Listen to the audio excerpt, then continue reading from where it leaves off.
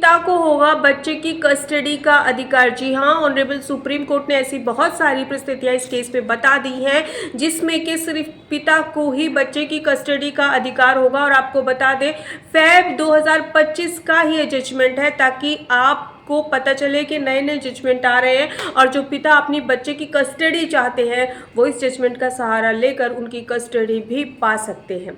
जी हाँ, इस केस में क्या हुआ था, पूरे केस के फैक्ट जानने से पहले चैनल को ज़रूर सब्सक्राइब कीजिए, वीडियो को पूरा देखिए क्योंकि बहुत ही महत्वपूर्ण जानकारी है। मैं एडवोकेट पिंकी राजगुरु आज आपको बताऊंगी कि इस केस के फैक्ट क्या थे और आपके ये कैसे काम आ सकता है।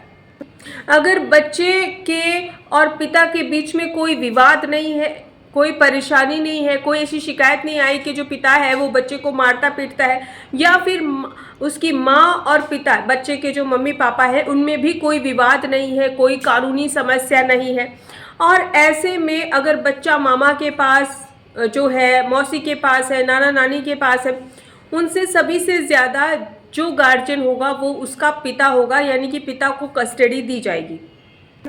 इस केस में जो पिता है वो नाबालिग बच्चे का जो है वो पिता है और यहाँ पर उसने कस्टडी केस लगाया है, लेकिन हाई कोर्ट ने पिता को कस्टडी देने से इनकार कर दिया और इसी के चलते जो पिता है वो ऑनरेबल सुप्रीम कोर्ट में पहुंचा। ऑनरेबल सुप्रीम कोर्ट ने केस के सारे फैक्ट्स को देखा और पाया कि जो बच्चा है वो 10 साल तक अपने मम्मी पापा के साथ रहा है, लेकिन माँ की मृत्यु के बाद वो नाना नानी के पास रहा है। यहाँ पे ये भी देखने योग्य बात है कि जो पिता है उसने दूसरी शादी कर ली है।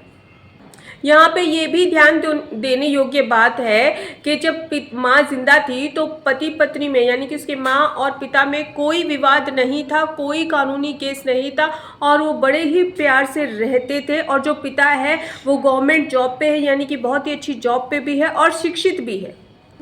तो परिस्थितियों को देखते हुए पिता को कस्टडी मिलनी चाहिए।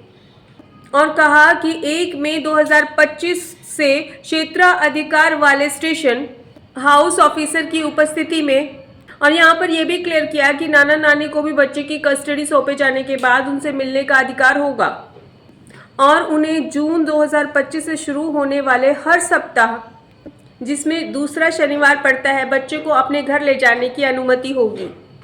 और ये व्यवस्था 1 साल तक जारी रहेगी। बाद में जो है बच्चे के ऊपर निर्भर करता है कि वो क्या चाहता है।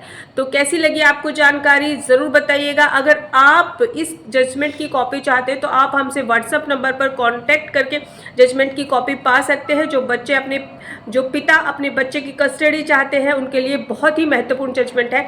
इसी तरह से हमारे साथ दीजिएगा, सहयोग दीजिएगा। जय हिंद।